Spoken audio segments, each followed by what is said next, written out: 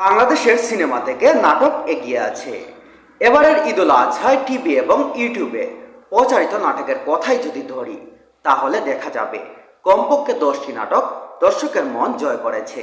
অপরদিকে একই ঈদে প্রেক্ষাগৃহে মুক্তি পাওয়া 9টি সিনেমার মধ্যে একটিও দর্শকের মন কাড়তে পারেনি। তার মানে সিনেমার চেয়ে বর্তমানে এদেশে নাটক এগিয়ে আছে। এই চিত্র শুধু গত ঈদুল আজহায় নয়, কমপক্ষে গত কয়েক বছর ধরে একই চিত্র দেখা যাচ্ছে। তাহলে কি বাংলাদেশ চলচ্চিত্রের চেয়ে নাটক অনেক এগিয়ে আছে? চলতি বছরে ঈদুল ফিতরে 5টি সিনেমা মুক্তি পেয়েছে। তারই মধ্যে রয়েছে বনলতা এক্সপ্রেস, দম, প্রিন্স, প্রেসার কুকার, রাক্ষস।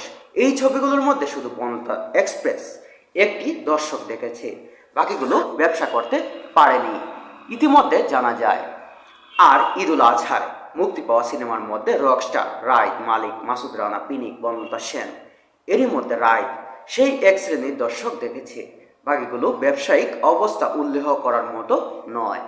আর ইউটিউব ও টিভি চ্যানেলে অবমুক্ত হয়ে যে নাটকগুলো দর্শকের গ্রহণযোগ্যতা পেয়েছে, সেগুলো হলো তোমাদের গল্প 2, মায়া পাখি, আবার হবে দেখা, তোমার মায়া, ওয়ারিশ, অচেনা আমি, প্রভৃতি সহ আরও অনেকগুলো নাটক। 2025 সালে রমজানের ঈদে 9টির মতো সিনেমা মুক্তি পেয়েছে। ব্যবসা সফল হয়েছে শুধু বরবাদ। এরপর কিছুটা গ্রহণযোগ্যতা পেয়েছিল জঙ্গলি। অপরদিকে একই বছরে রমজানের ঈদে 5টি নাটক ইউটিউবের ট্রেন্ডিংয়ের শীর্ষে রয়েছে। সর্বাধিক দেখে নাটকের মধ্যে ছিল মন্দুয়ারি। এই নাটকটি প্রথম সপ্তাহে 1,80,00,000 দর্শক দেখেছে। রক্তের বাদল নাটকটি 64 লক্ষর বেশি মানুষ দেখেছে। এরপর লাল টুকটুকে বউ নাটকটি 50 লক্ষ দর্শক